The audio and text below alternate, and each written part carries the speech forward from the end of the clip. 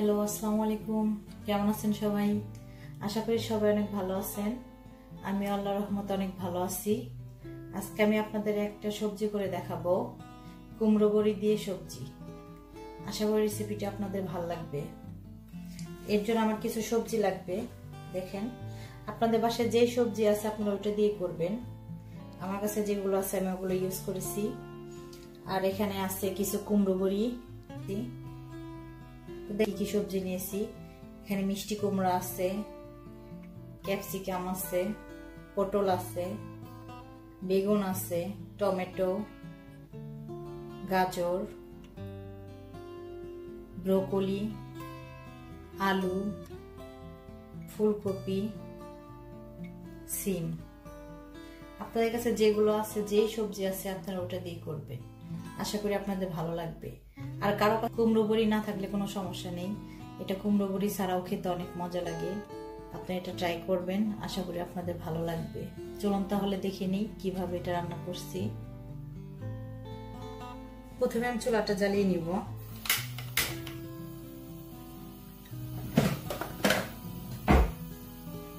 এরপরে পাতিলটা গরম হলে আমি কুমড়ো বড়িগুলো আগে ভেজে দিব তেলে।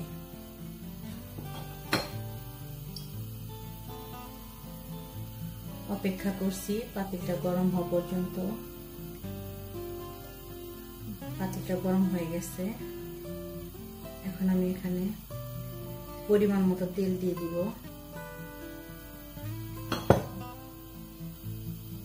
এখন আমি এখানে কুমড়োগুলো দিয়ে দিচ্ছি। এটা খুব বেশি ভাজবেন না, জাস্ট হালকা একটু ব্রাউন কালার করে নেবেন।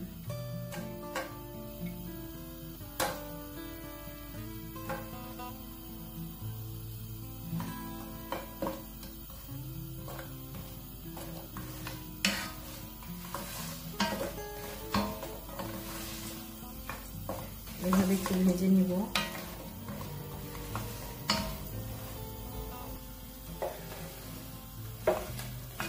দেখুন আমার এগুলো ভেজে না হয়ে গেছে। আমি এখন এগুলো উঠিয়ে নিব একটা প্লেটে।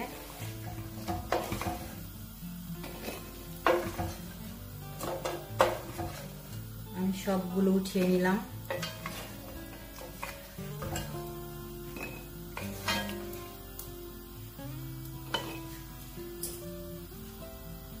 এখন আমি এখানে একটু আস্ত জিরা দিব, সামান্য দিব।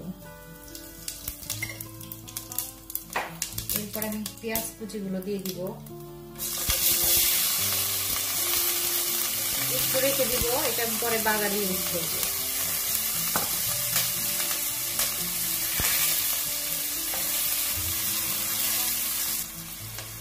আমাদের পেঁয়াজটা হালকা ভাজা হয়ে গেছে। এখন আমি এখানে সামান্য লবণ দিয়ে দিব।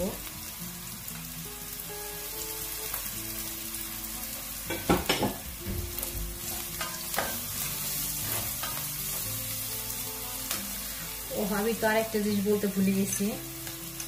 আমি এখানে হাফ চামচ আদা বাটা আর হাফ টেবিল চামচ রসুন বাটা দুটো মিলে দিয়ে দিব। দুটো মিলে 1 টেবিল চামচ পরিমাণ আছে এখানে। আর আমি যে মশলাটা রেখেছি, গুঁড়া মশলাটা দিয়ে দিলাম। এখন আমি এখানে সামান্য পরিমাণ পানি অ্যাড করব।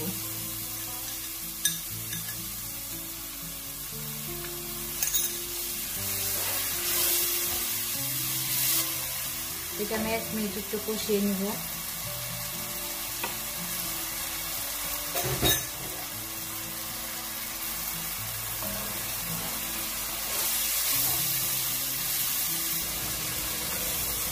দেখেন মশলাটা কষানো হয়ে গেছে। এখন আমি এখানে সব সবজি দিয়ে দিব।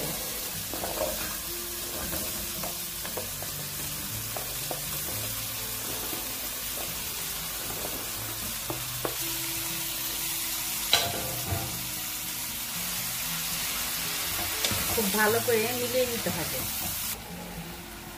ঢাকনাটা খুলে দেখি এটা কি অবস্থা।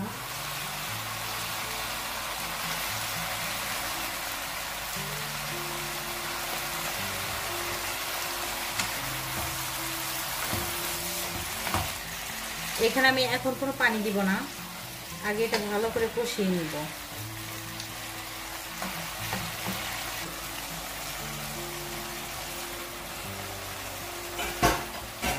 করে কষিয়ে নিব এভাবে, আবার ঢাকনা দিয়ে ঢেকে দিব।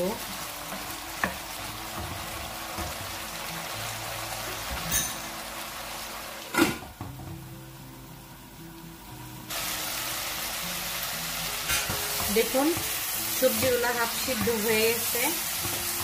এখন আমি এখানে পানি এড করব, আর আমি এখানে হালকা গরম পানি, এটা আস্ত থাকা যাবে না, এটা পুরোপুরি সিদ্ধ হওয়ার জন্য আমি এখানে পানি দিয়ে দিচ্ছি।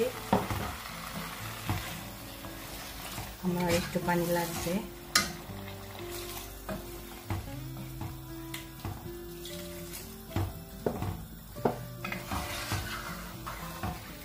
এখানে আর পানি লাগবে না।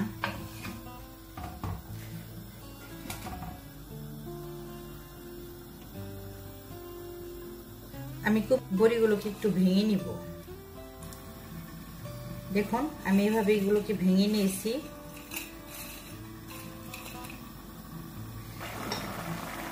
এখন আমি এখানে কুমড়ো বড়িগুলো দিয়ে দিব।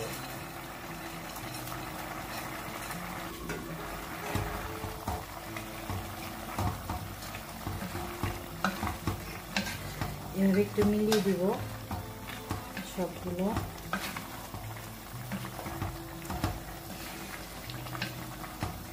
কেউ যদি চান এটা আপনারা রসুন দিবেন না, পেঁয়াজ দিবেন না, তাহলে এইভাবে করতে পারেন, কোনো সমস্যা নেই। রসুন পেঁয়াজ ছাড়াও এটা খেতে ভীষণ মজা লাগে।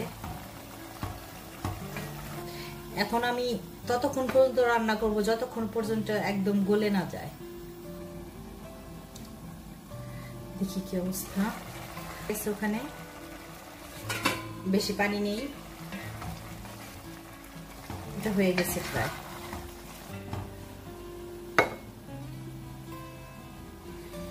এখন আমি এখানে আমি তেল দিয়ে দিব, পেঁয়াজ কুচি,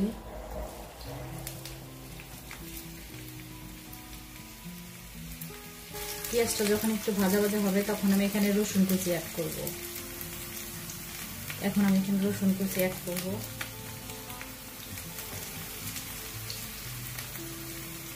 যখন ব্রাউন কালার হয়ে যাবে তখন আমি এখানে পাঁচফোড়ন অ্যাড করে নেব। রসুনটা ফ্রাই হয়ে গেছে। এখন আমি এখানে তেজপাতা, শুকনো মরিচ আর পাঁচফোড়ন এটা দিয়ে ভালো করে একটু ভেজে নিব। এখন আমি এটা এখানে দিব।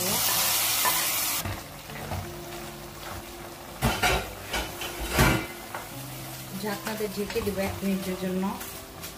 আমি এখন এখানে সামান্য একটু চিনি অ্যাড করব।